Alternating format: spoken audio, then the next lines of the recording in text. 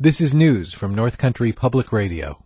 Much of the governor's speech focused on job creation and the economy, including a pledge to Buffalo to spend $1 billion there to lift the struggling Rust Belt city up. And while the pledge got a big splash, Western New Yorkers are looking for details, and some think the money is far from a sure thing. The Innovation Trail's Daniel Robison has more. Calling Buffalo, quote, a struggling area of the state, Governor Andrew Cuomo told those gathered in Albany that $1 billion is the missing puzzle piece for a city he also declared to have talent and a strong, willing workforce. But before Buffalo clears its economic hurdles, the $1 billion package must clear the legislature. Passing the bill could be an uphill battle, says Brian Sampson with the business advocacy group Unshackle Upstate. But he says it's indicative the governor is trying to help. Like most other things, the devil will be in the details. Will come out in the budget address. But if what we heard is reflected in the budget, upstate New Yorkers have a lot of good things to look forward to. The $1 billion promise comes with no specifics as to what it is or how it will be spent.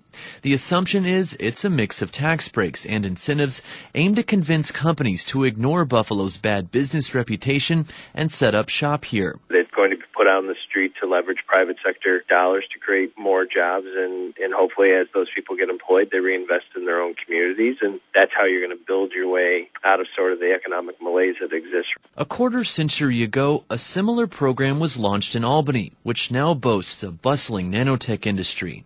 But before Buffalo can try to mimic that success, the $1 billion package must pass through a downstate-heavy legislature. Is it going to be an uphill push? You bet. But Sampson says in the horse trading of the budget process, Upstate's interests might stand a chance this year because Cuomo made sure to include a little of something for everybody. The hope for the $1 billion is this. Businesses will feel lured to Buffalo based on freebies and tax incentives offered by the state as part of the package. That ensuing environment could create jobs, a restored tax base, and a renaissance that's evaded the city for more than 50 years.